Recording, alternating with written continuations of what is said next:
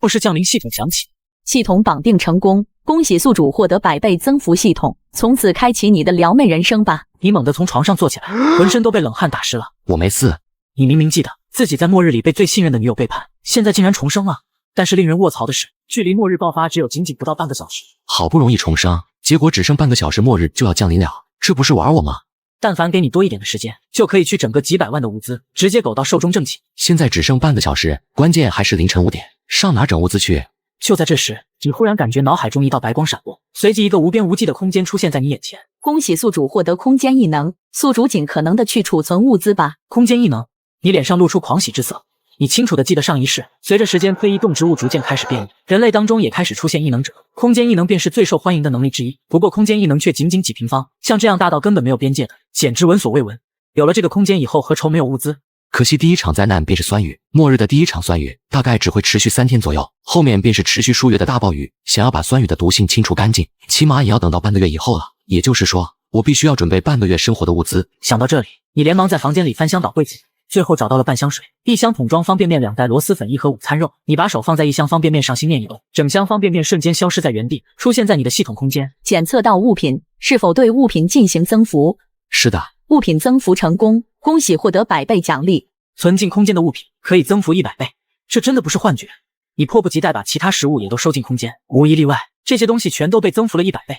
看着空间里满满的物资，你内心充满了安全感。不过比较扯的是，已经被空间增幅过的物品就没有办法重复生效了，否则给你几天时间都直接能开家超市了。你忽然想起了几样比较重要的东西，你找到一些野外生存用品，登山绳、帐篷、防潮衣、橡皮艇，这都是你上次跟女友出去野营准备的。没想到女友却钻进了别人的帐篷。等洪灾降临后，这可是能救命的东西，不知道这些东西能不能增幅。你把橡皮艇从柜子里搬了出来，没有充气的橡皮艇可以直接塞进背包里，如果数量能翻个100倍，那就完全不用担心损耗问题了。你还是用老方法把橡皮艇送进空间。检测到物品，是否对物品进行升级？升级？看来系统空间还不止一种功能。升级，物品升级成功，恭喜获得加强版冲锋舟，能耗降低100%，速度提升200%，强度提升500%。看着升级后的橡皮艇，你不由双眼一亮。你又把剩下几样东西全部都送进了空间里，帐篷和防潮服也增加了防晒功能，可以抵御零下100度的超低温。这是什么逆天的黑科技？就在这时，一道震耳欲聋的闪电划过场馆，很快酸雨从空中泼盆而下。这场酸雨带着强烈的毒性，沾则必死。手机忽然震动，屏幕上还显示着一条新消息，一看是女友沈梦然发过来的。亲爱的，外面好大的雨啊，看来今天520我们是没有办法出去了。不过你说好送我的礼物可不要忘了哦。看着短信内容，你脸上露出的冷笑。沈梦然是你交往了快3个月的女朋友，也是前世害死你的罪魁祸首。这个女人不仅是个心机婊，还是个十足的拜金女。没想到沈梦然又私底下勾搭了一个富二代，你3个月都没摸到手的女人，那个富二代只用了2天就上垒了。今天是520，你答应要送沈梦然一个 LV 的麻将包，谁知道末日突然降临。不过送不了 LV， 你倒是准备给沈梦然送另一份大礼。想到这里，你回了一条信息：我现在下去找你。沈梦然是阳光小区的租户，跟他的2个大学室友住在一起。昨天晚上你买了500多的新鲜食材给他送过去，前世他们都是靠着这些存货撑过了前面半个月，这一次你却不打算便宜他。或是突然降临，你敲响女友姐妹花的房门，女友是和2个闺蜜合租的房子。没过多久，房门打开，沈梦然出现在你的眼前。看着眼前这个女人，你内心充满了杀意。上一世如果不是沈梦然，你在末世的3年不会像狗一样没有尊严的活着，这一世要把自己遭受的一切10倍奉还。你怎么这个点下来了？昨天我买了些吃的，嫌麻烦就一起送到你们这里了，想着反正醒都醒了，趁上班前把东西拿回去。这么大的雨，你还要去上班啊？那你自己拿，我继续去睡了。你进了厨房以后，也不管3七21见什么拿什么，将全部食材收进了系统空间，看着空荡荡的厨房和冰箱，然后潇洒的离开了。等沈梦然他们醒来以后，就会知道什么叫末世的残酷。回到自己的住处以后，你开始清点物资，经过空间的100倍增幅后，起码够吃1-2年了。外面酸雨倾盆而下，你则是睡了一个回笼觉，醒来以后发现有10几个未接电话，还有几条短信。你打开一看，是沈梦然发来的。赵铁柱，你疯了吗？厨房的东西都是你拿的，外面的酸雨有极强致死性，我现在没办法出门，你把东西都拿走了，我们今天吃什么？现在我命令你把吃的东西全部给我送回来，不然我们就分手。看着沈梦然发来的几条短信，你心情极好的打字回道：宝贝，你最近不是在跟闺蜜们减肥吗？我把东西拿走都是为你好。沈梦然收到你发来的短信，气得脸都快绿，这个家伙疯了吗？这时沈梦然的闺蜜王佳艺和张文抱怨起来：梦然，我多死了，你赶紧去找铁柱把东西拿回来，我们总不能不吃东西吧？我看你这新男朋友也不怎么样，几百块都舍不得，你还指望他今天给你送 LV， 多半就找借口糊弄过去了。我只是跟他玩玩而已，等我拿到 LV， 下周就找理由把他甩了。再三纠结过后，沈梦然还是决定去找你。10分钟以后敲响你的房门。铁柱，你快开门，把你今天拿走的东西都还给我们。梦然，我知道你现在很饿，可你必须要克制。你不是说自己要减肥成功吗？谁他妈要减肥？他现在都快饿死了。就在这时，沈梦然看见你从门缝下面递了一张银行卡出来。宝贝，这张卡你拿去随便花，里面有50万，只要你能减到80斤，我就再给你50万。其实这张卡只有5毛，末世里钱就是纸。50万，我减到80斤，你真的再给我50万？他现在已经85了，减到80斤不是轻轻松松吗？当然，我一直没有告诉你，其实我喜欢瘦的。果然，沈梦然听见这话，顿时跟打了鸡血一样。亲爱的，你放心吧，我绝对减到80斤，再美美的出现在你面前。说完，沈梦然就心满意足的离开了，根本忘了自己来时的目的。沈梦然高高兴兴的回到房间，看着他两手空空的回来，王嘉毅和张文人都傻了。梦然，吃的东西呢？你怎么就这样回来了？我家亲爱的是想督促我减肥，为了我好才把吃的东西拿走了，他还给了我50万，等雨停了我就去取钱。你没搞错吧？那个家伙舍得给你50万，我怎么不信呢？他才不敢骗我，这2年他是怎么对我的，你们又不是没有看到，他都答应结婚后在房产证上加我名字，当然我肯定不会跟他结婚的，他还不配。你高中的时候父母车祸去世，留下了一套房子和上百万的保险金，但是离真正的富豪差远了。那我们怎么办？家里什么吃的都没有了，去找邻居借一下，明天还给他们不就行了？好吧。张文只好去隔壁借了。没过多久，一个30岁出头的男人给他开了门。小文妹妹，你找我有什么事啊？强哥，我们家里没有吃的了，你能不能借我们一些？等雨停了我们就还给你。听着张文娇滴滴的声音，李强瞬间立起来了。你让我幸福一下，我就让你进来随便挑。张文暗骂了一句，不过还是跟着李强进了房间。半个小时后，张文拎着一大包东西回到房间。你怎么去这么久？还用说吗？没听见刚才隔壁那么大动静？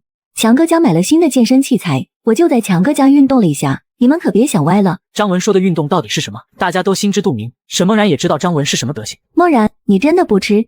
那我可就不做你的份了。不吃。沈梦然态度坚决，只要瘦到80斤，他就能再从你那里拿50万，不就是几天吗？他还忍得住？若是突然降，女友闺蜜敲响你的房门。铁柱，你那有吃的吗？有啊，但是我凭什么给你呢？只要你给我食物，我可以给你做事，什么事都可以。你是我女友的闺蜜啊，这么做不好吧？其实我很早就喜欢你了，只是暗示你很多次，你都没有发现而已。此刻你心中1万个草泥马奔腾而出，如果不是末世你有物资，恐怕你在他心中连条狗都不如。让我考虑一下，你先走吧。张文走后，你的手机响了起来，你发现业主群有人在艾特自己。昨天晚上酸雨淹了1楼，侥幸逃出来的幸存者只能待在过道里，所以业主代表刘宏伟便主动站出来。现在1楼的住户都从屋子里搬出来了，家里有空房间的都该帮助一下邻居。你们想到刘宏伟还在群里指名道姓，直接艾特台柱，我记得你家只住了1个人是吧？那就让吴大妈带孙子去你家住几天，老人家和小孩吃的都不多，伙食你也负责一下。艾特完你，刘宏伟又开始分配另外几个。大家虽然都不情愿，可刘宏伟家里有个当官的亲戚，没有人敢得罪。你看完群消息，却是直接把手机扔到了一边。前世你就是心软，把吴大妈和她孙子放了进来，结果谁知道这2个家伙就是白眼狼，丝毫没有感激不说，还嫌你家里装修简陋。重活一世怎么可能傻到再去当冤大头？你没有在群里回应，刘宏伟自作主张把人安排过来。没过多久，你听见一阵敲门声响起。铁柱，我们是刘代表安排过来的，你快开门啊，我们还没吃早饭，快让我们进去吃点东西。你没有搭理他，见里面没有动静，吴大妈敲门的动静越发暴躁起来。行啊，你连刘代表的话都不听了，我看你是活得不耐烦了。吴大妈立马跑去跟刘宏伟告状，刘宏伟就在业主群里再次艾特台柱，你最好出来说清楚，不然等酸雨停了，以后有你好受的。你看完群里的记录，从网上找了一张狂躁症的诊断书，然后发在业主群里。刘代表，不是我不想放人进来，前几天我刚确诊了狂躁症，我不开门是为了你们好。你以为随便在网上找张图片就可以逃脱责任了？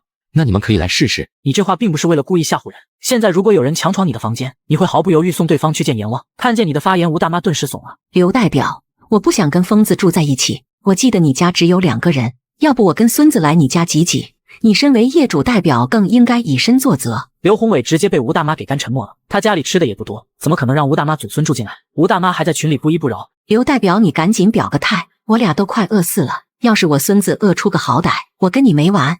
这大概就是用魔法打败魔法吧。吴大妈这种中年大妈，正好能把刘宏伟给克制的死死的。最后刘宏伟找借口，把他们安排在了你隔壁一户人家。不过你记得隔壁的租户是一个宅男，家里别说吃的，连锅碗瓢盆都没有。你就看这祖孙俩能撑几天。转眼来到了第3天，下午酸雨停了，阳光小区的业主群里此刻已经炸了锅，家里都快没吃的了，这日子要怎么过哟？趁现在不下酸雨，赶紧去买点吃的吧，后面水涨起来可就什么都捞不着了。而你这边也收到了沈梦然发来的消息。亲爱的，我这2天已经瘦了1斤多，可一直不吃东西也不是办法，你上次带走的东西要不给我们送下来吧？你不早说，我家里冰箱坏了，上次拿回来的东西我都吃不完，好多东西都放臭了，现在啥也不剩了。沈梦然看见你的回话，差点被气吐血。梦然，怎么样？他什么时候把东西送下来呀？他家冰箱坏了，肉和菜都臭了，我们要怎么吃？在沈梦然三人的意识里，这样的大雨肯定不会下太久。可就算如此，他们也不能喝西北风啊。要不你再去隔壁找李强借点儿。行，那我再去一趟。张文实在饿得顶不住，只好来到隔壁，再次敲响了李强家的房门。半分钟后，张文成功进到李强家里。强哥，能不能借点儿吃的？原本李强是不想借的，可看着张文，李强哪里还能忍得住？听着隔壁传来的动静，王嘉义不由皱了皱眉。我们用这种方法换吃的，是不是不太好？这要传出去，我们803的名声可就毁了。张文他平时什么样，你又不是不清楚，他指不定还觉得享受呢。也是，想到张文的行事作风，王嘉义也不再烦恼了。到了晚上，雨水已经淹到了2楼，2楼的住户也只能无奈搬了出来。刘宏伟再次呼吁大家接收2楼的难民，可这次却没有几个人上当。你们都装备是吧？连我的安排都不听了。今天你们谁敢违抗我的安排，等雨停以后，我让你们全部去蹲耗子。刘宏伟当然不是因为心善才主动应战出来张罗这些，他就是单纯想摆官架子。一个以考公为借口在家里啃老到30岁的人，能指望有什么出息？任凭刘宏伟在业主群里怎么叫嚣，也没有一个人搭理他。不是降临，你意外获得100倍增幅系统，从此开启自己的撩妹人生。上一世你被女友背叛，流落街头，最后郁郁而终。重生后你绝对要报上一世仇。随着暴雨倾盆而下，现在外面变成了一片汪洋大海。你准备好冲锋舟，按照一开始规划的路线直奔郊外而去。你的女友沈梦然和她闺蜜注意到了你。梦然，那不是铁柱吗？他竟然有冲锋舟。是啊，这下我们总算有吃的了。沈梦然认为你可是她的男朋友，出去找到吃的哪有不分给她的道理。2个小时后，你来到了城郊外一座山脚下，便看见山上成片的大棚，你一个大棚一个大棚的收过去，所有种类的蔬菜水果几乎应有尽有。你足足收了有个7、8个小时，才把整个种植基地的蔬菜水果收完。你又来到一栋建筑的旁边，发现一个大型发电机，看着眼前这台大型发电机，你双眼都不禁亮了起来。同时，你还在附近发现了10几桶柴油，收进空间里立马变成1000多桶。检测到发电机是否对物品进行升级，进行升级，物品升级成功，恭喜获得加强版发电机，特殊加持，永不损坏。这是什么逆天科技，竟然可以永不损坏？在建筑里转了一圈，你发现最里面还有一个房间，刚才那台发电机似乎就是为这个房间准备的。你费了一些力气将房间的铁门打开，刹那间一股冷气扑面而来。这里竟然还有冷库，在这里存放很多让你意想不到的食材，各种海鲜、牛肉、火腿，还有一些野味，品质全都堪称顶级。你把冷库里食材全部收进了空间里，经过空间增幅后，这些高档食材瞬间变成了数万吨，将整个基地搬空后，你发现已经快到半夜，你只好在建筑的房间将就了一晚上。第二天清晨，你赶回阳光险区，刚进去你便被几个人堵在了走廊上。一个长得5大3粗的男人，满脸贪婪地盯着你身后的背包。小子，你出去了这么久，看来收获不错啊。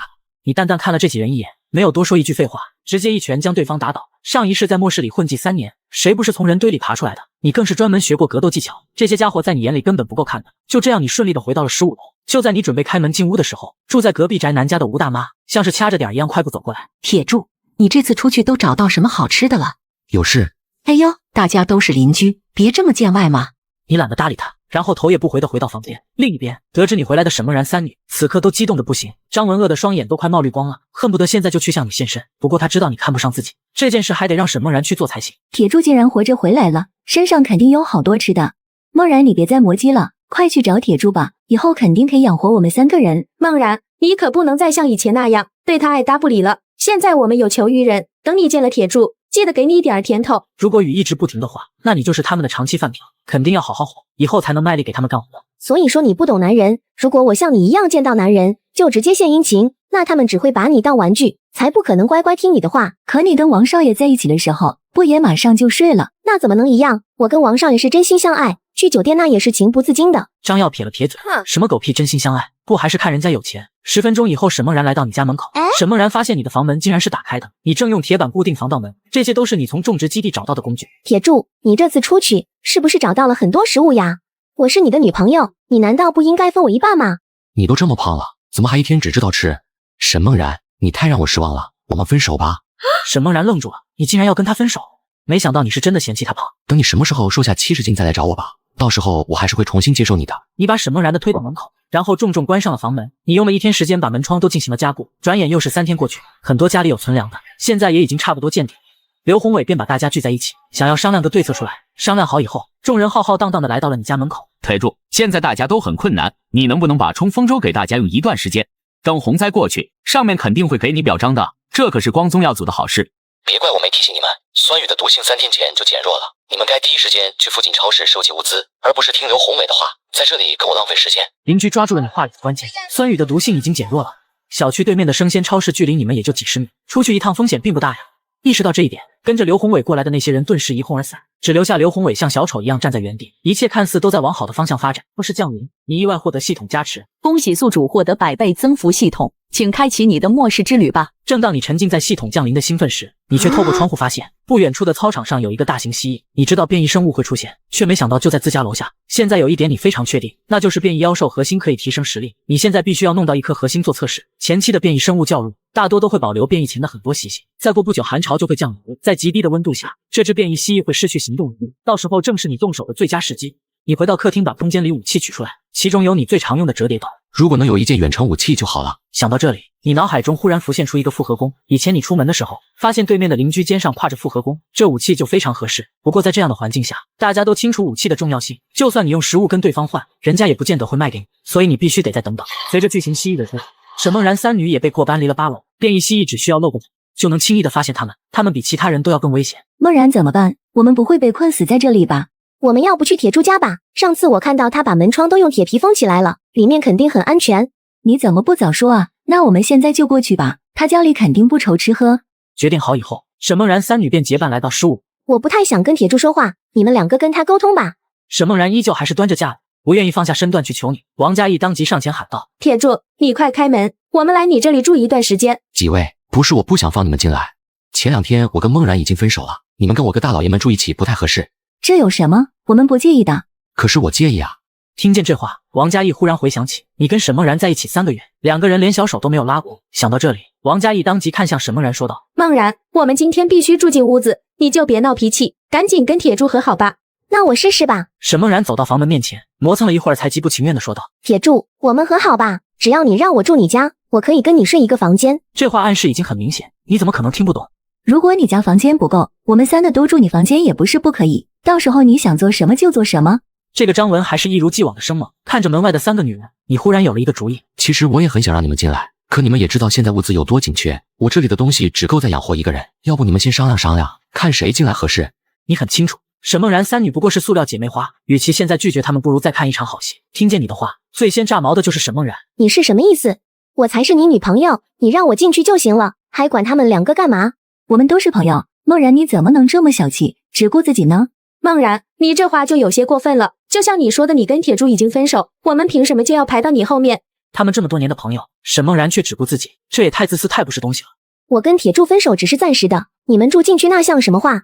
此刻只见走廊尽头的窗户上，一颗硕大的脑袋正趴在那里直勾勾地盯着他们。沈梦然3女顿时发出惊恐的尖叫。王嘉义离得最近，直接被蜥蜴舌头拉走了。这一切都发生得太突然，沈梦然和张文都被吓傻了，赶紧跑进了楼道。看见这一幕，你摇了摇头，你还以为能一锅端呢。你关掉监控，懒得再关心外面的事情。接下来你只需要等待寒潮降临。很快3天过去了，大多都是被逼到走投无路。你想着对面邻居的复合弓，知道自己再不出手可能就没有机会了。想到这里，你不再犹豫，直接用手机打开通话功能。美女，要不要跟我做个交易？接到你的电话，苏雨飞有点诧异。你想做什么交易？你也看到了外面有多危险，我可以给你一些吃的，你拿复合弓和剑跟我交换。真的？你能给我多少？我最多只能拿出1箱泡面，如果你愿意交换，就把复合弓放在门口，我再把吃的给你送出去。原本你还以为苏雨飞会考虑一会儿，谁知道苏雨飞想也不想直接同意了。交易完成，拿到复合弓的你迫不及待把东西全部收进空间里，箭筒里的30支箭增幅成了3000支。复合弓升级成功，恭喜获得加强版复合弓，穿透力提升10倍，15米以内自动瞄准要害。看着加强版复合弓的介绍，你整个人都精神了起来。第2天你睁开眼睛，第一感觉就是温度变低了。寒潮终于来了吗？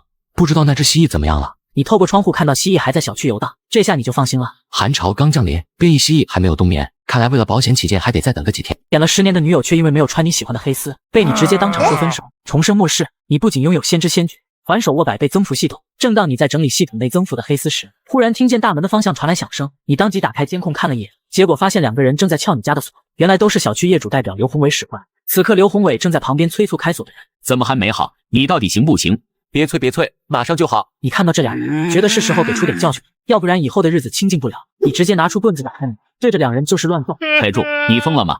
我们只不过是想找你拿点吃的，你竟然打人！你撬门难道不该挨打吗？谁叫你这么自私？家里有食物也不拿出来救济邻居，我们这样做那都是你逼的。你没有搭理他，直接拿着棍子将两人直接打倒。早在楼下等着的沈梦然看见刘宏伟等人回来，主动过来。原来你前女友沈梦然为了白嫖物资，选择跟了业主代表刘宏伟。怎么样？你们拿到吃的没有？别提了，那家伙就是个疯子。你是不知道那个家伙有多恐怖，出门见人就打。我们还是另外想办法吧。哪有这么夸张？就算他打你们，你们也不应该退缩啊！你们要是跟他拼命，再怎么也能抢些吃的回来。沈梦然，你是站着说话不腰疼是吧？怎么就你的命是命，我们的命就不是命了？你如果有能耐自己去啊！几个人看着沈梦然都不愿意搭理他。寒潮降临让所有人都陷入绝望。今天已经是降温的第3天，外面早就是一片冰天雪地，你也该去外面走动走动。你穿上防寒服，背上复合弓出去，绕着阳光小区转了几圈，发现了变异蜥蜴的踪迹。变异蜥蜴趴在地上一动不动，你在原地观察了一会儿，确定变异蜥蜴没有丝毫动静。你拉开弓弦后，甚至都没有怎么瞄准，直接便松开了右手。变异蜥蜴身体猛地一颤抖，当场嘎了，头顶出现一颗晶石。晶石到手了，现在是时候验证能量核心是不是对你也有用。检测到一阶能量核心，可以选择吸收或融合。吸收后可以获取新能力，融合则可以提升特定物品的能力。你最终选择了吸收，增强自身的实力。地阶能量核心已吸收，恭喜获得新技能空间切割，可切碎3米以内的物体，不受任何规则材质状态限制。这也太作弊了！真遇到高阶变异生物，3米也就一瞬间的事儿，你感觉自己已经无敌了。检测到一阶变异蜥蜴，是否分解？分解。一阶变异蜥蜴已分解，恭喜获得一阶体能强化液。服用后可全方位强化体能。你眼中满是惊异之色，变异生物体内竟然能提取出这玩意儿。你二话不说就把这强化液干了。下一秒，你感觉肚子里像是有火在烧，旋即化作一股股暖流涌向4至百海。你感觉自己浑身充满了力量。接下来你又到附近的商场里面找物资，其中最让你满意的几样东西便是防护服、望远镜、摩托车还有头盔。防护服升级为了防弹衣，望远镜升级为加强版望远镜，摩托车升级为加强版怪兽摩托车，不仅速度更快更灵活，还能适应任何地形。半个小时后，你心满意足的出了商场，骑着摩托车往郊外赶去。你很快就来到了一家桶装水工厂。进入工厂以后，直奔库房。像这样一家大型桶装水加工厂，每个小时都能生产几百到上千的桶装水。二话不说便开始扫荡起来。尽管你动作已经很迅速，可也收了好几个小时，总量接近10万的桶装水被增幅以后，直接达到了1000万这个惊人的数字。你天天拿矿泉水泡澡都用不完，唯独比较麻烦的是，这些水都被冻成了冰坨子，每次使用还得提前化冻。从桶装水工厂里出来，你骑上摩托车在附近转了转，结果在路过拐角的时候，忽然发现小区里面停着一辆房车，而且还是超级豪华版的大型房车。检测到房车，是否对物品进行升级？进行升级。物品升级成功，恭喜获得超级基地车，特殊加持，绝对领域。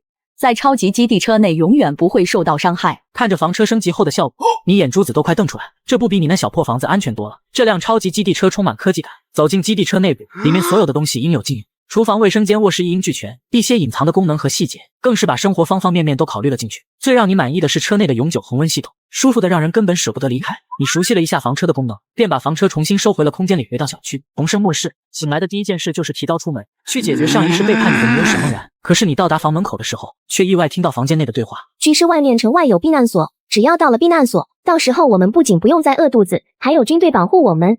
那我们赶紧出发吧，大家现在都饿着肚子呢，我们争取早些到避难所。我们最好还是等天黑再出发，不要让其他人发现我们。沈梦然故意没有去叫，等他在避难所里吃香的喝辣，你就在这里悲惨的等死吧。你忽然计从心来，准备先行一步去外面避难所，结果你刚出门，苏雨飞正好过来了。这么晚，你还要出门吗？我找你有点事。找我？什么事情啊？你有没有兴趣跟我合作？我知道一个很不错的地方，有药品有食物，很适合当据点。数量有多少？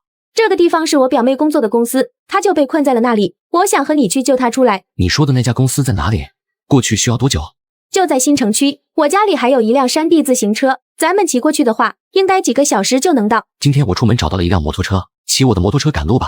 大约过了40几分钟，摩托车停在了一座高楼面前。就是这里了。断电之前我跟表妹约好在这里见面，她肯定还在楼上等我。10几分钟以后，你们来到了苏雨飞表妹工作的门口，从里面传出了一个女人的声音。芷嫣，你就从了亮哥吧，他最近力气变得很大，肯定有能力保护我们。你想的倒是挺美，你们要自甘堕落，别拉上我。这次留在公司一共有3个人，其中就于亮一个男的。于亮就开始想做后宫梦了，没想到下一秒却响起了苏雨飞的声音。芷嫣，你在里面吗？表姐，我表姐在外面，现在外面那么冷，得赶紧让她进来。不行，公司里吃的就那么多，我们只要顾好自己就够了。你们不让我表姐进来，那我离开总行了吧？芷嫣，不是我不放你走，而是外面太危险了，我不能看你去送死啊！叶芷嫣彻底失去了耐心，现在她只想离开这个阿扎之地。臭娘们，给你脸不要脸，看我今天就把你办了！就在这时，大门砰的一声被打开，你和苏雨菲站在门口。当你看到叶芷嫣那一刻，竟然是她。如果我没有记错，眼前这个女孩就是未来城内排行第1的治愈系异能者。叶芷嫣急忙走到你的身边，见叶芷嫣没有什么大碍，苏雨菲才松了一口气。臭小子，你竟然敢打扰我的好事！你没有给于亮动手的机会，直接人形闪过去，于亮直接倒地嘎掉，杨丽也被你扔了出去。药品和食物在哪里？药品在3楼，食物在2楼。你们在这里等我。说完，你便直奔2楼而去。你很快在2楼的食堂储物间找到了几十袋大米和面粉，几包挂面，一些调味品，几箱饮料，还有一些海带之类的干货。你又来到了3楼，药品全都一箱箱都保存在了藏柜，所以收进空间以后，全都得到了品质上的提升。你不敢多耽误，连忙返回到公司1楼，看着你空手回来，叶芷嫣微微一愣：你怎么什么都没拿？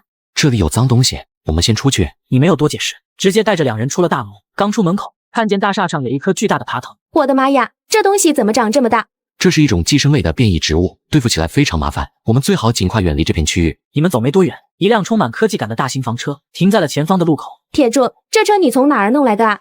路边捡的。苏雨菲充满了鄙夷，这么大辆房车还能在路边捡到？哄小孩吧。上了车以后，叶芷嫣打量了一下房车内部，又看了看你。姐，你这朋友挺帅啊。都什么时候了，你还有心情看帅哥呢？帅哥总比秃顶好。原本他以前没那么颜控，但有了对比以后，他才发现自己还是喜欢帅哥的。你们谁会做饭？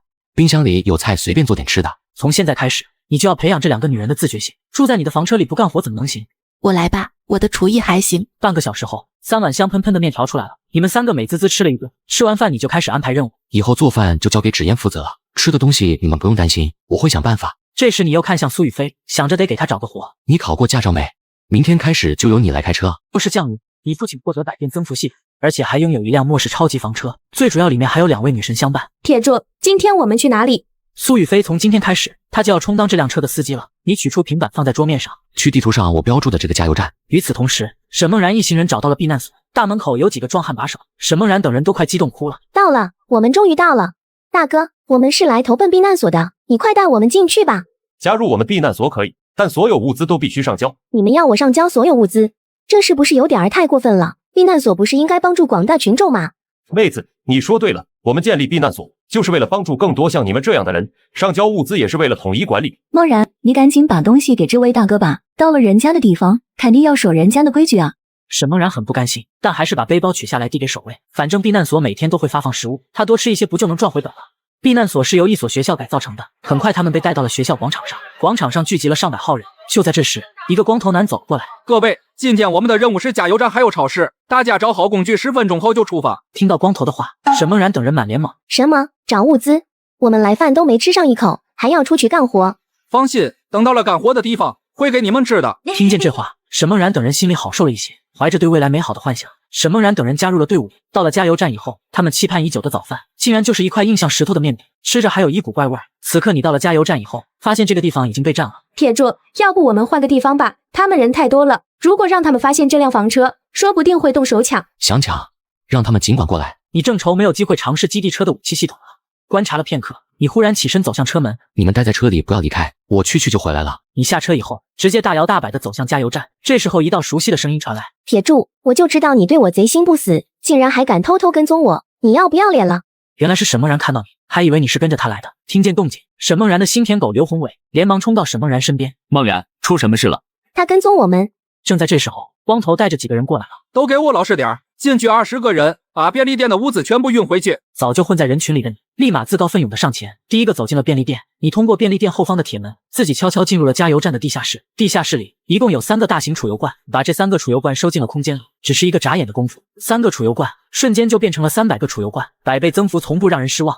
你没有在地下室逗留，第一时间返回了地面。你装了一些自己喜欢吃的零食，然后拎着大包小包走出去。门口有人在做登记，记录物资的种类和数量。叫什么名字？哪个地方来的？我叫刘宏伟，今早刚从阳光小区来的。出去后等到周围没什么人了，直接把物资收进空间，重新回到了基地车。铁柱，前面情况怎么样了？是个避难所，在组织人搬物资。刘宏伟他们也是要去避难所，不会就是同一个吧？就是同一个。你要是感兴趣的话，也可以去加入避难所，他们那里人挺多的。我就不去了，反正都要出去找物资，我们自己干也是一样的。晚上沈梦然等人回到避难所，本来以为今天能吃顿好的，谁知道晚饭发到手里，还是白天那种又酸又硬的面饼。太过分了，我们辛辛苦苦忙了一整天，竟然就给我们吃这个。就在这时，光头男忽然来到他们面前。你们谁是刘宏伟啊？刘宏伟以为有什么好事，迫不及待的赶紧回答：我是。你小子挺厉害啊！连避难所的物资都敢偷，老实交代，你把东西都藏哪里了？刘宏伟整个人都懵了，这跟他想的完全不一样啊！他什么时候偷避难所的物资了？今天清理便利店的时候，你带走了大概60斤的物资，这白纸黑字都登记着呢，你还想耍赖？我没有啊，我从头到尾都一直跟我的邻居们在一起，根本没有经过便利店，不信你可以问他们。那你的邻居就是你的同谋？听见光头男这话，沈梦然等人顿时慌了。这位大哥，我们跟这事儿可没有关系。不过今天下午的时候，我记得刘宏伟中途是离开过一段时间。小子，今天我就给你上一课，在这里，天王老子来了都得握着，给我走！别人末世都是搞物资，而你末世却在温暖房车里吃肉喝汤，最主要身边还有美女相伴。苏雨飞和叶芷嫣心里都觉得，这种日子是不是太奢侈了？我们也去找物资吧，冰箱里的东西最多也就够吃2天了。其实我家就在附近，要不过去看看？你们随意，我都行。你本来就没准备养闲人，让他俩去外面锻炼锻炼也不是什么坏事。几分钟后，基地车停在了一个小区外面。下车以后，一道黑影忽然从不远处闪过，定睛一看，那竟然是一只瘸腿的黑猫。这是幽冥王。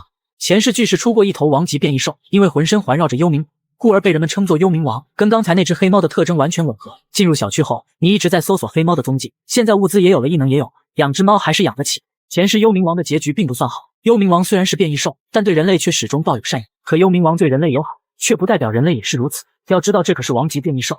王级变异兽是什么概念？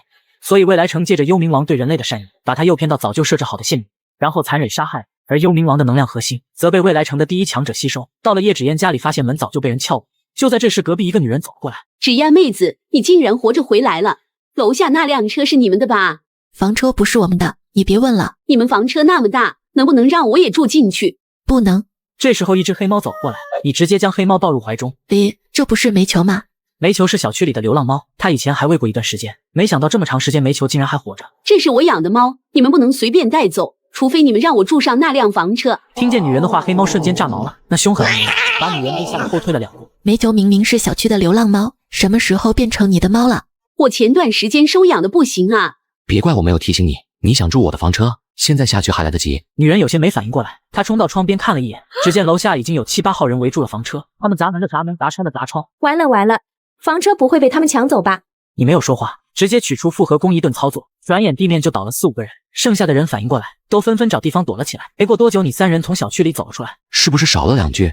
你刚才一共射出了5箭，每一箭都射中了敌人要害。按理来说这里应该也有5句才对，可为什么只有3句？突然一个巨人出现在你们面前，没想到在这里竟然能遇到暴食者。暴食者并不是变异兽，而是人类在极端饥饿的情况下激发出来的一种异能。你直接人形闪过，暴食者直接倒地。检测到异阶能量核心，请选择吸收或融合。你毫不犹豫地选择了吸收，没有特意避开苏雨飞和叶芷嫣。异阶能量核心已吸收，目前升级进度 10%， 空间切割攻击范围提升 0.1 米。升级进度才 10%， 照这个速度想成为2阶异能者，起码还要9颗异阶能量核心，这得到猴年马月去了。你回到房车上，发现叶芷嫣和苏雨飞都规规矩矩站在客厅里，幽冥王也老老实实坐在客厅地板上，像是在等待你发号施令。短短几分钟时间，苏雨飞和叶芷嫣对你的态度可谓是发生了翻天覆地的变化。刚才你表现出来的实力，让苏雨飞和叶芷嫣都认清了一件事情，那就是他们只有依附你，才能在末世更好的活下去。刚才你们应该看到了，其实我也是异能者。那你的异能是什么？空间。我也有异能，为什么我没有你那么厉害啊？术业有专攻，你的异能是治疗，攻击方面自然就弱一些。你伸手把地上的煤球递给他，叶芷嫣把煤球接了过去，然后把手放在他后腿的位置。大约过了10几秒，一道绿光从叶子嫣手心里冒了出来，足足持续了5分钟，煤球的断腿才彻底痊愈。叶芷嫣难以掩饰的兴奋之色，原来他真的有异能，你没有骗他。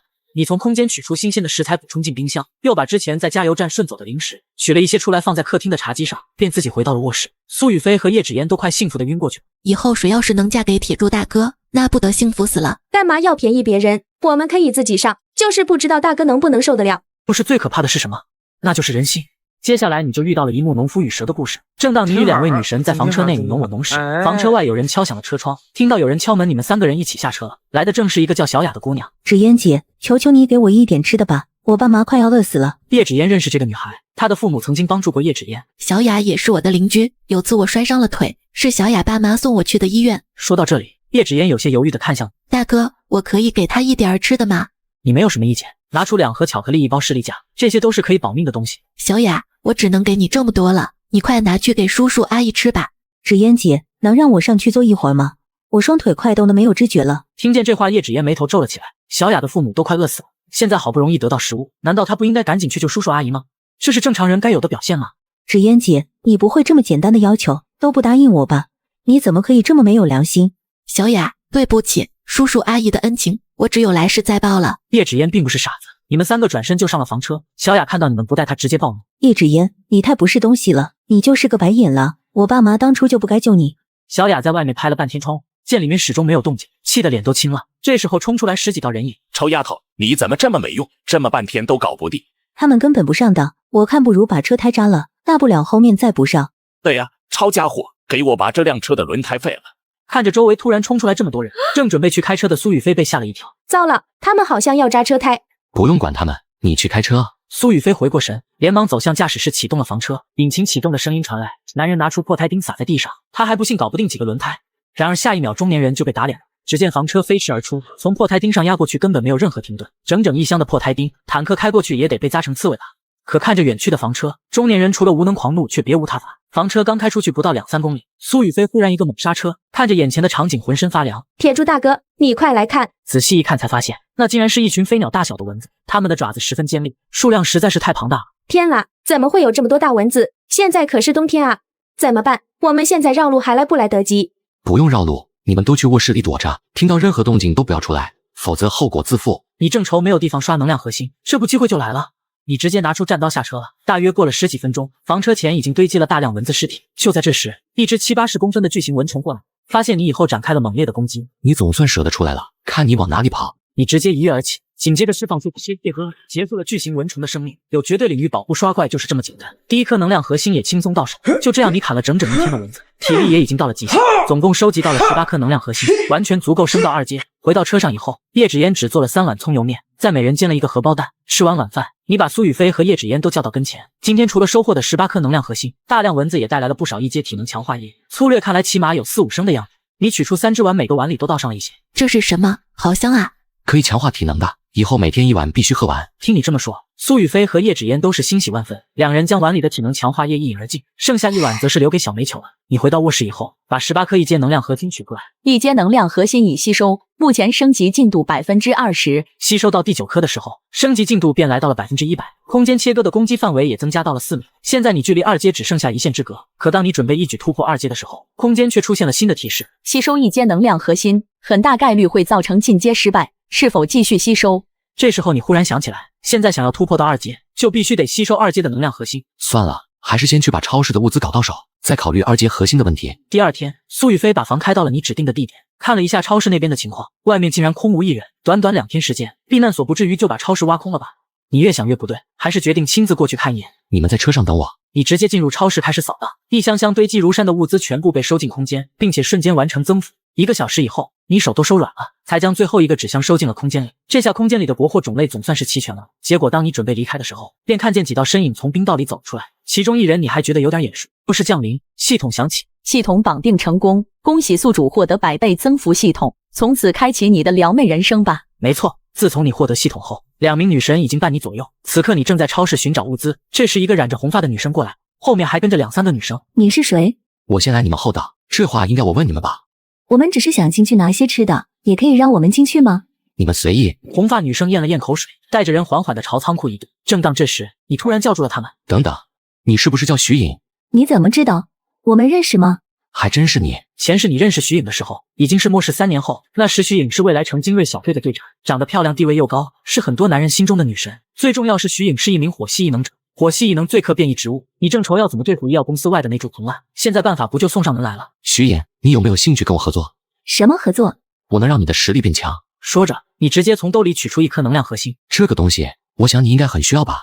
徐颖已经觉醒了异能，只要是异能者，就不可能对能量核心没有反应。看见你手里的东西，徐颖双眼都亮了起来。你想跟我做什么交易？不麻烦，你跟我去个地方，然后放把火就行了。你决定先把徐颖拐过来再说，反正手里还有9颗能量核心。现在徐颖搞不定那株2阶变异藤蔓，让他吸收几颗核心说不定就可以了，但前提是徐颖愿意跟你走才行。我得去跟我朋友商量一下。我劝你不要跟他们商量，你直接告诉他们你的决定，毕竟是他们需要仰仗你的保护。徐颖纠结地咬了咬下唇，其实他觉得你这话挺有道理，他那些同学的思维不见得能跟上外面的变化。犹豫了一会儿，徐颖终于下定决心。你等我一下。几个人商量了10分钟以后，徐颖对你开口说道：你要去的地方是哪里？我们这就出发吧，不过最好不要太远，我们的小货车里的油不多，顶多只能再开几10公里。没事，我的车就在附近，上去再说吧。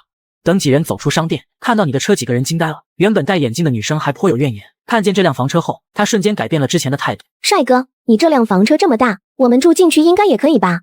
不好意思啊，已经住满了，今天很晚了，先休息吧，明天我们一块过去。徐颖，你这找的是什么人啊？竟然把我们一群女孩子关在外面。我们只是合作关系，人家没有必要管我们的衣食住行。先去车厢里吧，今晚可能又要降温了。徐颖转身爬上了小货车，如今他们有食物，有遮风挡雨的地方，还有什么不满意的？晚饭徐颖等人难得饱餐了一顿，吃完晚饭后，你把徐颖单独叫到你的房车。你的异能现在攻击距离有多远？大概5、6米吧。其实我有点好奇，你怎么知道我有异能？异能？异能怎么了？我们这里有3个异能者。当然，第3个异能者说的是煤球。徐颖简直不敢相信，你的队伍里竟然全部都是异能者。他还以为只有自己是特殊的。现在你离我的要求还差那么一些，这颗能量核心你拿去吸收了，就当是我预支给你的报酬。徐颖接过核心，直接当着你的面吸收了。徐颖感觉自己变强了许多。你和徐颖直接来到车外面，试试攻击距离，看看效果怎么样。直接一丝火星凝聚在他掌心，等到这缕火焰彻底成型，徐颖便朝着前方一掌拍出，落在了10米外的地上。好像还是差点，继续吸收。你直接又让徐颖吸收了一颗核心，可是下一秒却出现了意外。我好像吸收不了。你皱了皱眉，随手又取出一颗核心递给叶芷嫣。你来试试。叶芷嫣把能量核心接过去，几秒后他看着你摇了摇头。我也不行，感觉好像体内到极限了。你当即意识到这不是徐颖和叶芷嫣的问题，因为你使用空间吸收能量核心，从来没有过数量和时间限制。今天就先这样吧，明天你再过来试试。第二天，你和徐颖来到医药大楼的不远处，结果发现藤蔓已经把整座大厦都包起来。你把第2颗能量核心递给他，试试看能不能吸收。10分钟以后，徐颖成功吸收了1半的能量核心。此刻你却看见一大群人朝着医药公司的大楼走去，看着长势越发茂盛的变异藤蔓，你似乎找到了它为什么进化速度如此之快。那些想跑过来寻找药品的人，肯定是全部都成了变异藤蔓的养料。这群家伙怎么也有20-30号人，真为了变异藤蔓，你的2阶能量核心怕是就要泡汤了。所以宁愿让他们死在外面，也绝不能让他们进这栋大楼。不是这样，系统响起。系统绑定成功，恭喜宿主获得100倍增幅系统，从此开启你的撩妹人生吧。此刻正当你在房车内欣赏美女时，你发现面前被变异藤蔓包裹大楼不远处有20-30个人正在向大楼走去。你赶紧开车挡住这些人的去路。你和徐颖等人赶紧下车。徐颖的同伴眼镜妹却认识领头的男人。这个人是不是医大的孙恒啊？家里听说有亿万资产，是个超级富豪呢。你们这辆房车干嘛要把大楼的入口给堵住？我们不过就是想去拿几盒药而已。同学，你别激动呀，我们是隔壁舞蹈学院的，我会让他把车挪开的。孙恒打量了一下眼前这群女生，发现果然身材都非常不错，可是你却发话了，不想死的就赶紧离开。你们要是相信我，就赶紧回车厢里面待着，这栋大楼上的变异植物很危险的。徐颖，你别在这里装神弄鬼好不好？你知不知道这个人是谁？医大的孙恒啊。那你们就去孙恒的队伍吧，相信孙恒学长肯定能更好的带领你们。大家理应互相帮助，如果他们要加入我们自然是欢迎的。最后给你们10秒时间，不离开就是你们的死期。我呸，这家伙得意什么呢？有辆破房车了不起。孙恒话音刚落，藤蔓就开始向几人袭来，你迅速带着几人上了房车，孙恒等人则慌忙的跑了。接下来就看徐颖表演了，你拉着徐颖2人下车。看见4楼藤蔓最密集的地方了吗？放把火把它烧了。徐颖使用异能凝聚的火焰，比普通火焰温度起码高出10倍，再加上火系异能天生克制变异植物，这个变异藤蔓只能徐颖才能解决。我会尽力的。徐颖深吸了一口气，在掌心凝聚出一丝火焰，他调整好距离和角度，才将掌心中的火焰扔了。3个小时以后，等到火焰彻底熄灭，你重新返回现场，找到了一颗2阶能量核心。检测到2阶能核心，请选择吸收或融合。吸收。2阶核心已吸收，等级提升成功，恭喜获得新技能空间跳跃。可以瞬间移动至10米内的任何位置。又有新技能了。正常6阶以上的异能者才能掌握2种以上的技能，可放到你这里，似乎每升1级就能获得一个新技能。半个小时后，你重新回到房车里，你直接看向徐颖。现在你是怎么打算的？有没有兴趣跟着我混？我可以包你衣食住行，但以后获取的能量核心由我来分配，你不能有任何意见。你是很看好徐颖的，前世能坐上未来城精锐队长的位置，绝非等闲之辈。我愿意。不过你还有2个朋友，想要带上他们，你就得继续住后面的货车。他们想要获取食物，也得靠劳动来换，你看有问题吗？没问题，我会负责安排好他们。你当着徐颖的面，从空间里取出了一些生活用品，甚至取出一台小型发电机，装在后面的小货车上。既然加入了你的队伍，物资方面就肯定不会亏待。大哥，你等我一小会儿，我先把东西搬回去。徐颖先把发电机搬了回去，然后跟夏青和周丽2姐妹说明了情况。这天，你正躺在沙发上，享受苏雨飞和叶芷嫣的按摩。大哥，我们接下来要去哪里啊？我们先去 G 市旁边的桃源村，到那边看看什么情况。桃源村是一个种满桃树的圣地，你之所以要去桃源村，是因为桃源村有一棵桃树出现了变异，这棵变异桃树结的果实能让人随机获得3种基础异能之一，分别是力量、速度、感知。可就在你们快要出城的时候，房车忽然停了下来，冲出来一群手持武器的人，领头的正是之前在加油站的那个光头。车上的人，现在我正式通知你们，这辆车被我们避难所征收了，给你们5分钟时间，赶紧收拾好东西下来。你看了一下外面的人数，大概有40-50号人，看来这几天避难所又新增了不少成员。大哥，怎么办？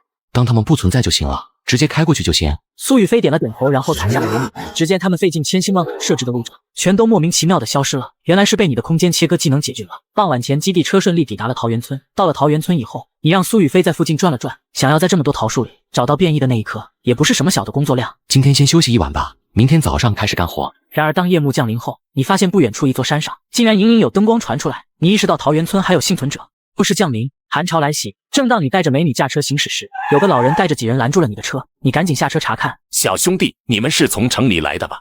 外面情况怎么样了？跟这里情况差不多。小兄弟，我看你们能从城里出来，应该也是挺有实力的。我们桃源村最近有些特产，不知道你有没有兴趣购买？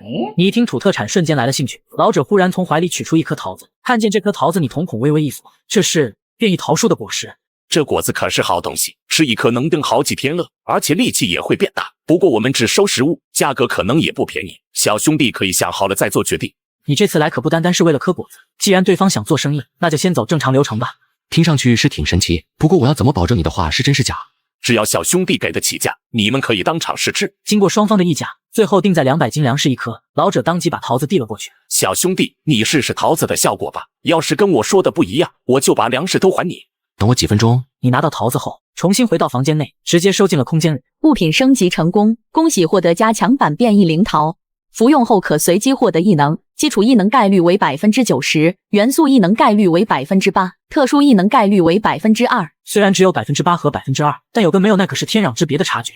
确认了灵桃的真假后，你打开车门走出去。我刚才吃过了，东西没有问题。你们还有更多的果子吗？还有3颗，不过你能拿得出这么多粮食吗？我要先看货，粮食我会想办法给你凑齐。没问题呀，那是我给你送过来，还是你跟我走一趟？那我跟你走一趟吧。你就等着老者这句话。就这样，你带着徐颖来到了老者家里，老者带着你们来到了后面的院里。你见到了那棵被评为天级的变异桃树，不过枝干都是光秃的，上面只挂着3个拳头大小的果实。这1个多月来，我们是靠这棵桃树活下来的，不过吃了1个月桃子实在是腻得慌，想想还不如拿来换点粮食。这么珍贵的灵桃，老者一家人竟然拿来当饭吃，还吃了1个月，简直暴殄天物啊！我看这棵桃树也挺有意思的，连带着3颗果子卖给我，我给你600斤粮食外加20箱压缩饼干。不行，这棵桃树我不能卖，万一它以后再结果，我还能去外面换东西，到时候肯定能换到更多食物。你确定？这树明显已经快要枯萎了，还能不能开花结果我不好说，但外面要是继续降温，这棵桃树怕是撑不了太久。像变异桃树这种植物，想要结出果实就必须有能量提供，显然老者一家是做不到的。最后老者一拍大腿，半个小时后，你扛着1棵桃树回到基地车里，看了看房车内部空间，现在没有地方种变异桃树了，那要怎么给变异桃树补充能量呢？这时候你忽然灵光一闪，想起了把能量核心收进空间的时候，每次都有2个选择，吸收或者融合。如果把能量核心跟变异桃树融合会怎样？你立马取出1颗能量核心，将手里这颗能量核心重新收回空间。检测到1阶核心，请选择吸收或融合。融合。请选择需要融合的物品。你脑海中浮现出了空间中的大量物资，直接选中了放在角落里的变异桃树。10分钟以后融合完成。只见原本枝条发黑的变异桃树已经恢复了通体碧绿的状态。最重要的是，变异桃树的1根枝头上竟然开出了1个小花苞。成功了，这个方法果然可行。现在你手里已经有4颗灵桃，自己1颗，叶芷嫣1颗，苏雨飞1颗，徐颖1颗。接下来该来试试我的手气了。你取出1颗变异灵桃，2-3口把灵桃吃完，静静等待着身体的变化。大概10几分钟后，灵桃的能量就彻底被身体吸收。与此同时，一道声音出现在脑海：检测到新异能，精神虚弱，是否对异能进行升级？听见这道提示，你整个人都是一震，这是什么运气？抽到了 2% 概率的特殊异能升级，精神虚弱升级成功，恭喜获得新异能精神污染，可以让敌人看见内心深处最恐惧的事物，并且放大情绪，持续30秒，短时间内无法重复施展。反正只有30秒，要不找人来试试？你目光落在了叶芷嫣身上，然后笑着冲她招了招手：芷嫣，你过来，我给你看个好玩的东西。大哥，什么好玩的东西啊？你没有回答，直接给叶芷嫣施加了1个精神污染。下一秒，叶芷嫣忽然尖叫起来，满脸惊恐地看着你，就像是看到了什么怪物。30秒以后，她才好转起来。大哥，你刚才对我做什么了？做了个小测试，你刚才看到什么了？我看到大哥变成了一条狗，还长着好几个脑袋，差点吓死我了。狗？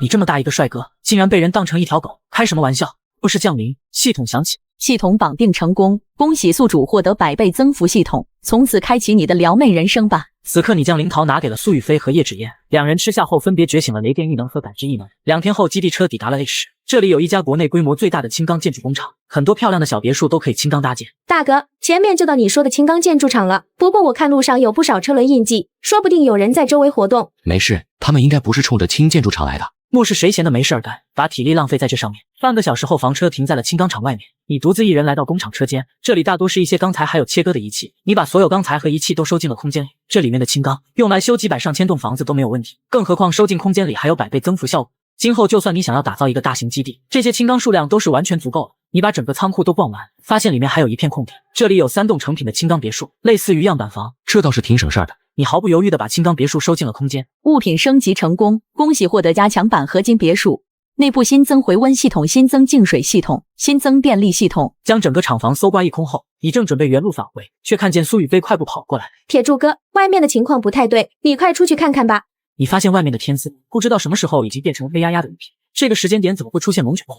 现在看来只能先找个地方躲一躲了。铁柱哥，我们要不进厂房里面，等到龙卷风过去了再出来吧。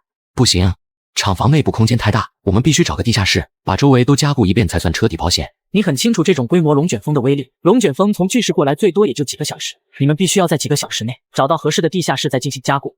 你当即取出手机查看起周围的地图，然后找到了一处地点，你把标记发到基地车上，马上出发，去我标记的这个别墅区。用了几分钟时间，基地车便开到了别墅区外。你和苏雨飞等人走进了别墅区内，可让你没有想到的是，这里竟然已经有人占领了。你们是什么人？这里是希望城的地盘，外人不得入内。各位别误会，我是看 G 市那边的龙卷风过来了，所以想找个能避风的地方躲躲。当然，我肯定会给报酬的。你打算先礼后兵？这个别墅区显然是统一管理的，使用武力你也能抢过来，但太浪费时间。巡逻的人意识到情况不妙，急忙跑过去通知管事的人。没过多久，一个青年从别墅里走出来，在他身边还跟着一男一女2人。最前面的是希望城的首领陈泽言。多谢几位提醒，否则等我们发现，恐怕已经耽误不少时间了。我们只是想找个地方避避风，这里面有一些食物，就当是暂住在你地盘的酬金。你直接拿出一个背包，放的都是一些高热量食物。食物就不用了，我这里的规矩是只要给基地带来价值，就能得到相应的好处。你给我带来了这个消息，那自然可以免费住进我的基地。那就多谢了，麻烦给我找一个3层地下室。陈泽言点了点头，旋即看向身边的女人。心妍，你带他们进去吧。还挺挑剔，这个小区里只有我跟我哥住的别墅是5+3的结构，不是我们自己人根本住不进来的。最后陈心妍带着你进入了地下室，你明显感觉周围温度上升了很多，可是刚到地下1层，你就看到了30来号人，一道熟悉的身影闯进了你的视线，竟然是你的前女友沈梦然。怎么是你？你也是意外的扬了扬眉，这女人竟然还没死。原来你们已认识啊。既然你们认识，那沈梦然你把他们带去地下3层，我还有事要忙就先上去了。说完，陈心妍头也不回的走了，沈梦然却是满脸嫌弃的看着你。你怎么跟个狗皮膏药一样，总是阴魂不散？我告诉你，现在我已经有男朋友了，这辈子我们都不可能了。原来沈梦然费尽了心思，傍上了基地里的异能者王彪，如今在基地的地位也不一般。沈梦然，你是不是对自己太自信了？就凭你，比得上我身边哪一个女人？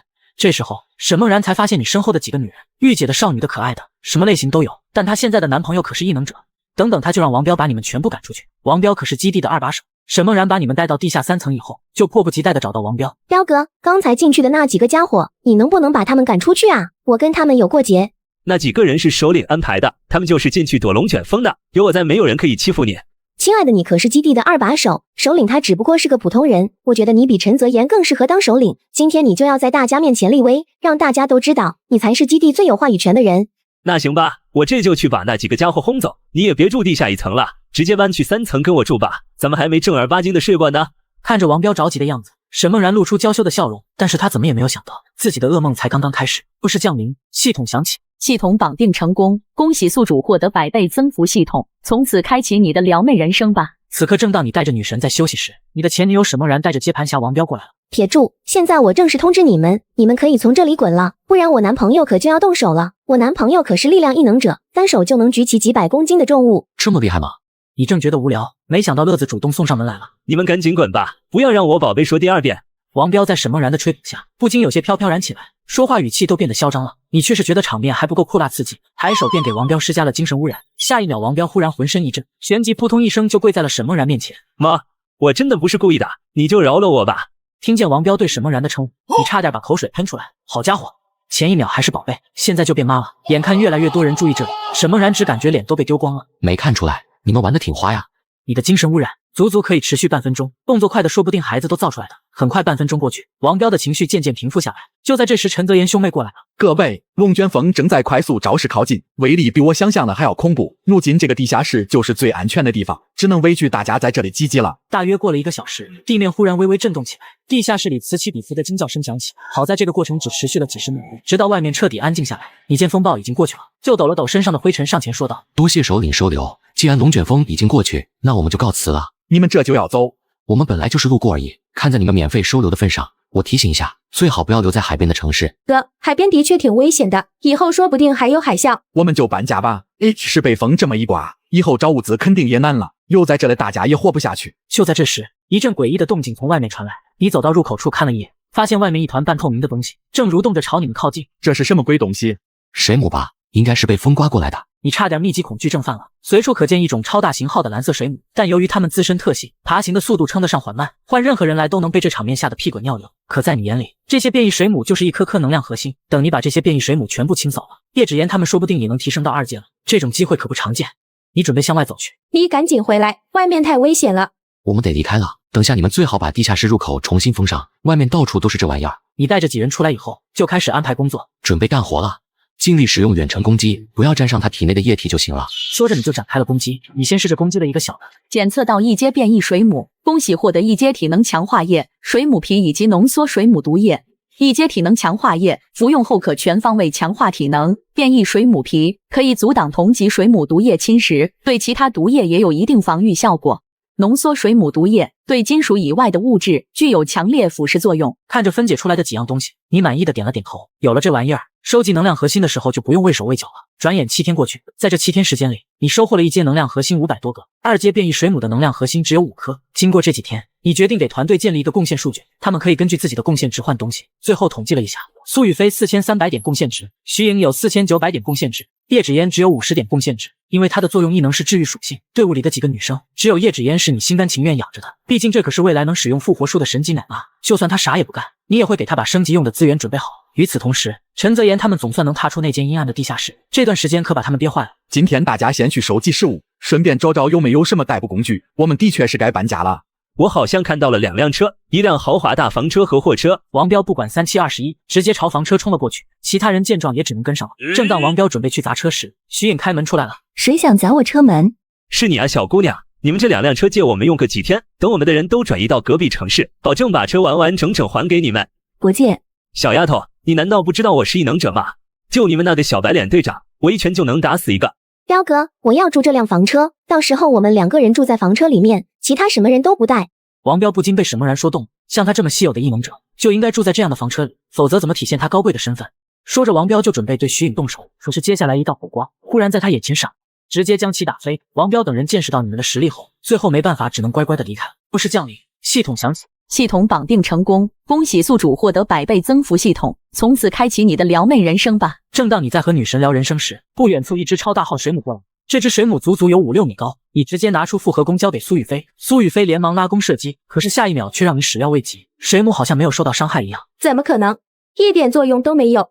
说着，你拿出一个大号箭矢，看起来和普通的箭矢明显不同。你试试把雷电之力附着在弓箭上，看能不能伤到它。苏雨飞将箭矢搭在复合弓上，旋即发射出去，变异水母整个身体都剧烈颤抖，雷电在他体内流散，身体表面更是被撕开了不少细碎的伤口。突然，你灵光一闪，想着是时候测试一下基地车的武器系统。你直接回到基地车驾驶室，打开界面上的武器系统，请放置能量核心。你取出20几颗能量核心，全部放入了武器系统。武器已准备就绪，正在锁定目标。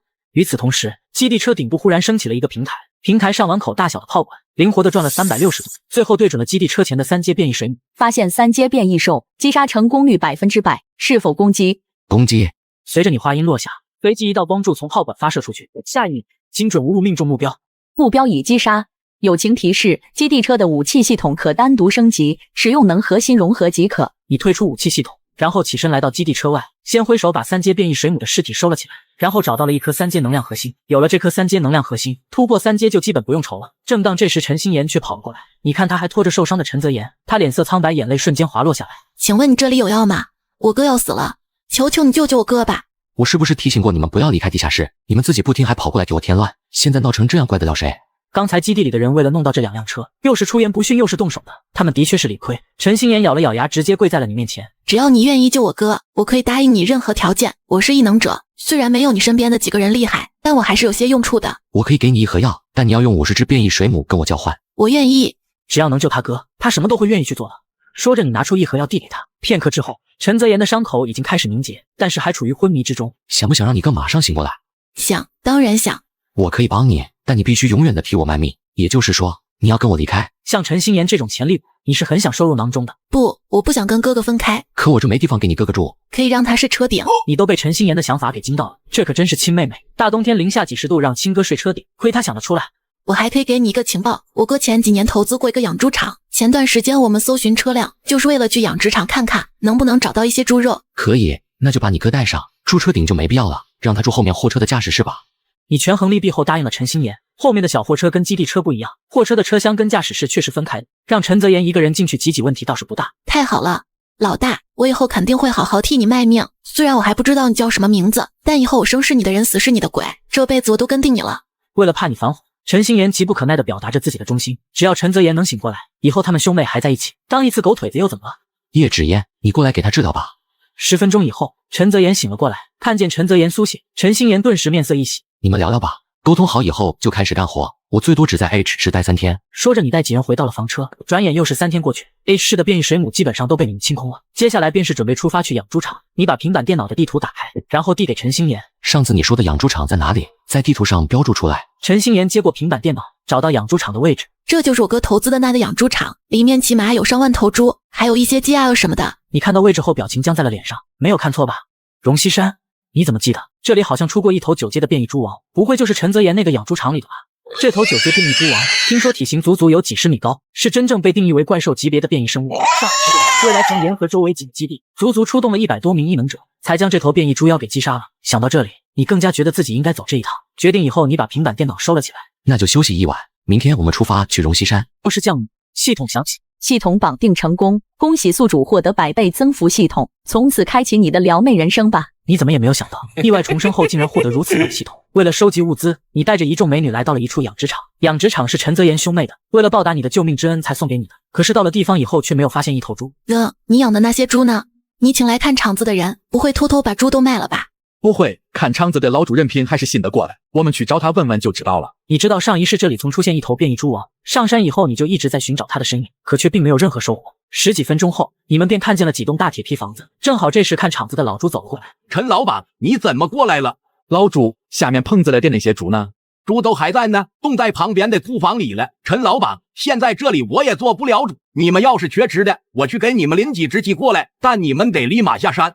凭什么呀？这个养猪场是我哥的，你做不了主，我哥可以做主。别想就拿几只鸡把我们打发了。这样吧，给你们半个小时，你们能办多少是多少，但会有什么后果，我可不敢保证。老朱，到底是什么情况？你说做不了主，那现在这里做主的人又是谁？陈老板，你是不知道，咱们这个养猪场可是周围远近闻名的，光是这半个月就前后来了7、8拨人。不过最后还是杀猪场那些家伙占了上风，他们直接将这里霸占了。总之我也算是仁至义尽了，给你们半个小时进去随便拿。陈心妍本来想说半个小时怎么够，可是这时你忽然开口，行，那就半个小时。对于有系统的你来说，半个小时搬空整个仓库轻轻松松，还能获得100倍增幅。你们赶紧进去吧，抓紧时间，要是被那些家伙发现了，我也要吃不了兜着走。可是当你们刚进去库房，老朱就把铁门砰的一声关上了，还在外面喊道：你们不是要猪肉吗？给你们时间慢慢调。这家伙竟然敢耍我们，肯定是去通风报信了。你让众人在门口把守，自己一个人进了仓库。这个仓库是一个10万吨规格的冷库，如今为了堆放猪肉和鸡鸭鹅肉，整个冷库都塞得满满当当。你直接大手一挥，直接全部收入系统，100倍增幅后那就是1000万吨。你心满意足的从仓库里出来，结果发现老朱正好打开门带人进来了。看到这么多猪肉眼红吧？可惜你们1斤肉也别想拿走。不是说给我们半个小时吗？怎么现在突然反悔了？说的好像给你们半个小时，你们能把猪肉搬走一样。那倒不用，半个小时的确是太长了。你去看看仓库。3分钟以后，老朱从冷库跑了过来，面如死灰。他怎么也想不通，满仓库的肉呢？怎么全没了？我说的没错吧？你们这仓库里啥东西都没有，还在这里逗我们玩。这时和老朱一块来的大哥刘永怒直接质问老朱：老朱，什么情况？这就是你看的仓库？刘哥，我发誓我离开前还好好的。小子，你老实交代，你到底都做了什么？我仓库里的猪肉你都给我弄到哪儿去了？反正我过来的时候里面就什么都没有。小子，我看你是敬酒不吃吃罚酒。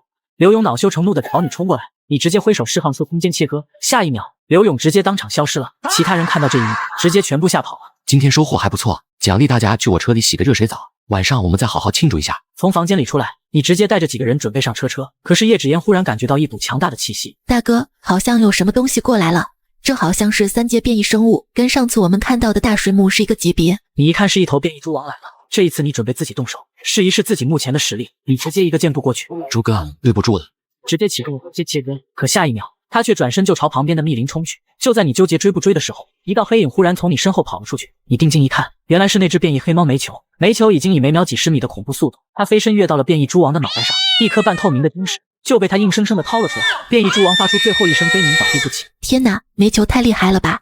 你没想到煤球竟然这么生猛，这速度这爆发力，变异猪王也抵不过他一爪。关键你记得幽冥王可是有异能的，幽冥火可以焚尽万物。你靠近小煤球的时候，看到小煤球正在打什么东西，变异猪王的能量核心已经被小煤球咽进了肚子里，你心里一阵肉疼。蹲了这么久就是为了这颗3阶能量核心啊！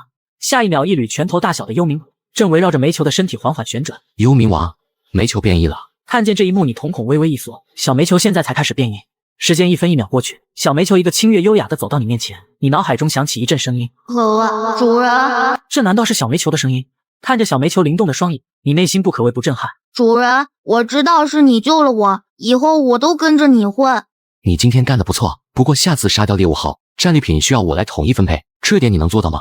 好的，主人。解决完变异猪王，虽然没有得到3阶能量核心，但小煤球却因此完成了变异，倒也算是不错的收获。不是这样，系统响起。系统绑定成功，恭喜宿主获得100倍增幅系统，从此开启你的撩妹人生吧。此刻正当你们在路上行驶时，正好前方碰到了一队人，你赶忙下来查看情况。带头的那个人询问你：你好，我们是未来城的后勤小队，请问你们是来投靠未来城，还是有别的什么事情？大哥，我们是准备回家，碰巧路过这里，而且这里不是地市吗？怎么变成未来城了？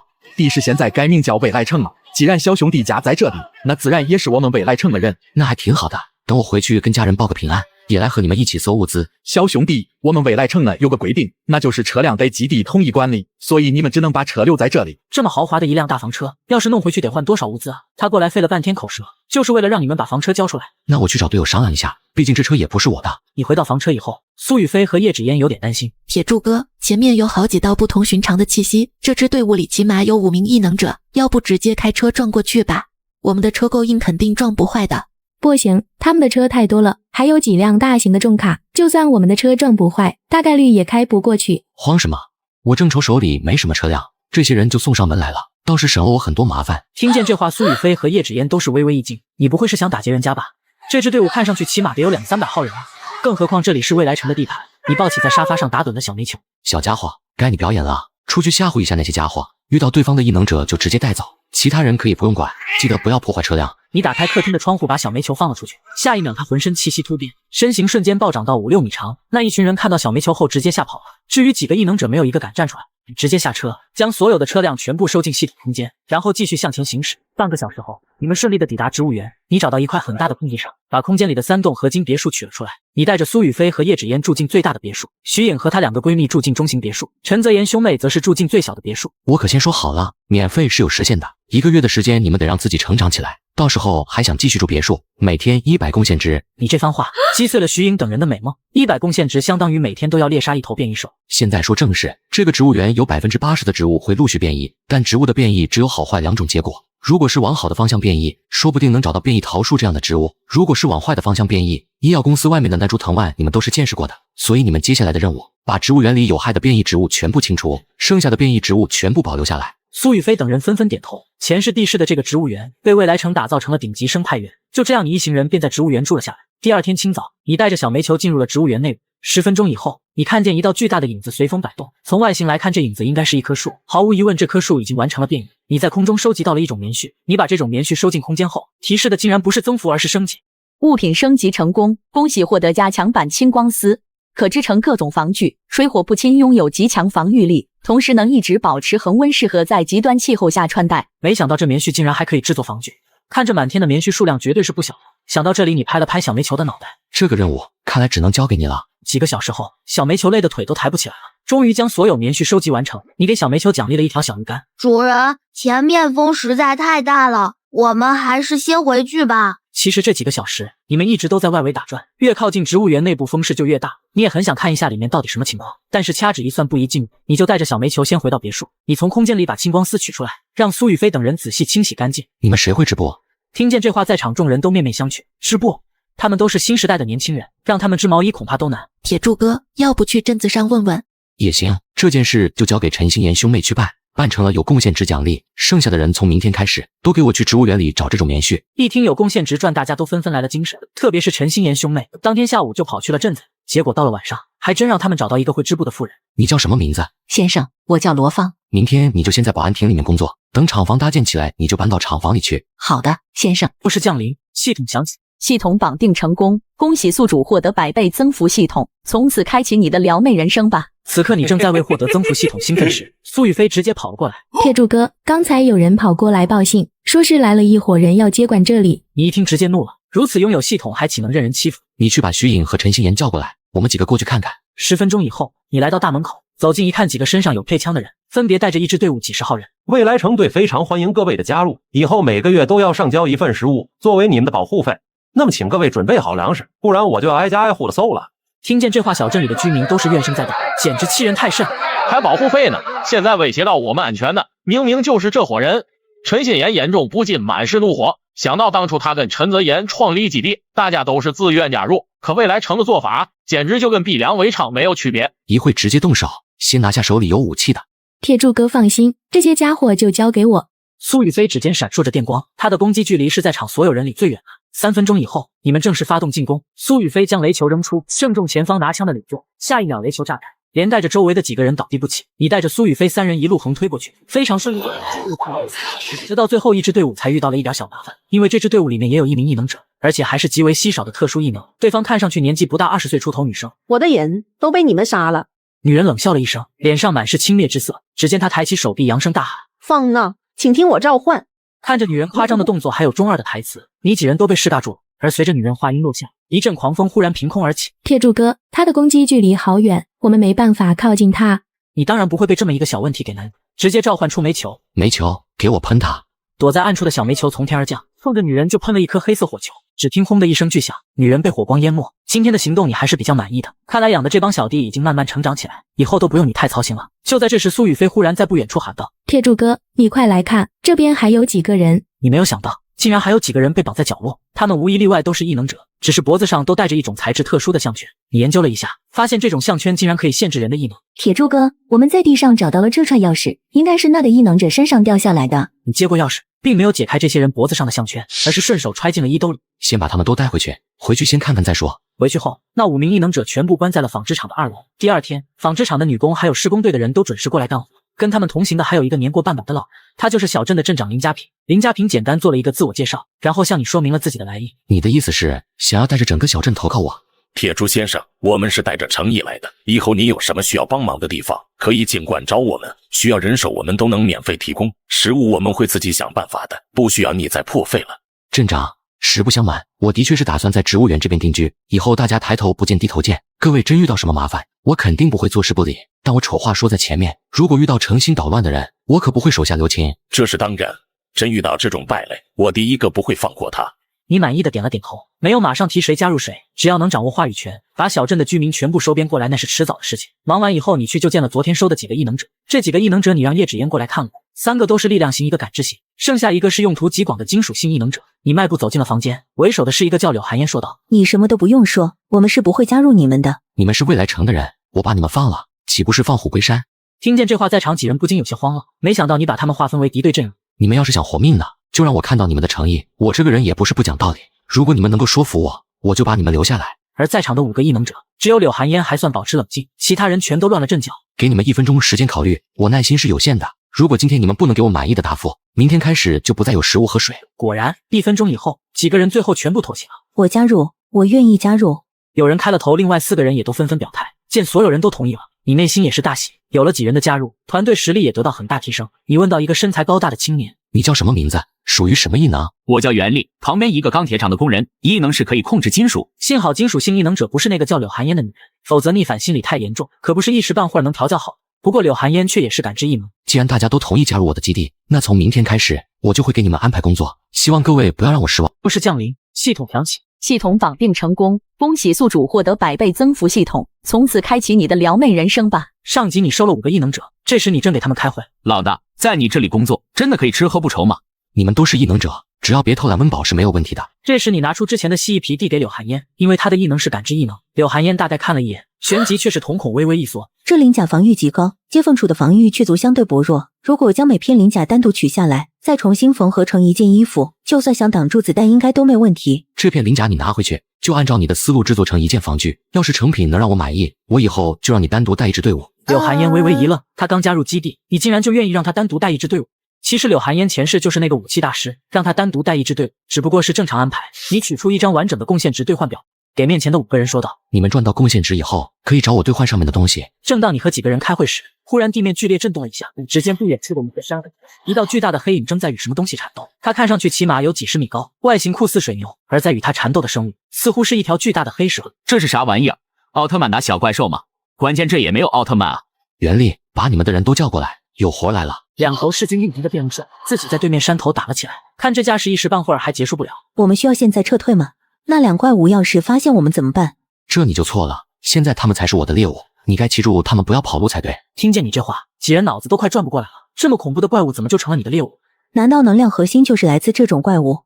你倒是挺聪明，不过这2个大家伙他们的能量核心可跟普通的能量核心不一样。2个多小时后，对面的动静才消沉了下来。你发现这2头变异兽都还有微弱的气息。小煤球，你去探探他们的底，要是情况不对就及时撤退。小煤球朝着对面山头狂奔而去，不过在路途中的时候，小煤球的身形突然变大，接近3米高的身躯一跃便有20-30米。2个小时后，小煤球叼着2块3阶能量核心，飞奔着回到你身边，然后乖巧的将2块核心交给了你。主人，他们都已经死透透了。做得不错，这颗是给你的。小煤球把能量核心叼在嘴里，下一秒它身体周围的幽冥忽然从中间开始分裂，由1缕变成了2缕。你双眼一亮，看来3阶能量核心效果还是非常阴险的。都做好战斗准备，周围其他的变异 SJ 给你们了。1阶变异兽每头100贡献值，遇到2阶变异兽不要硬抗。苏雨飞等人也过来了，开始准备投入战斗。柳寒烟几人却是有些懵逼。首领大人，我听说只要信誉值足够，可以在你这里赊账，不知道我们能不能挑选一些防具武器，这样等杀起怪物来效率会更高一些。当然可以，除了灵桃之外，其他物品都能赊账，不过每个人都是有额度限制的。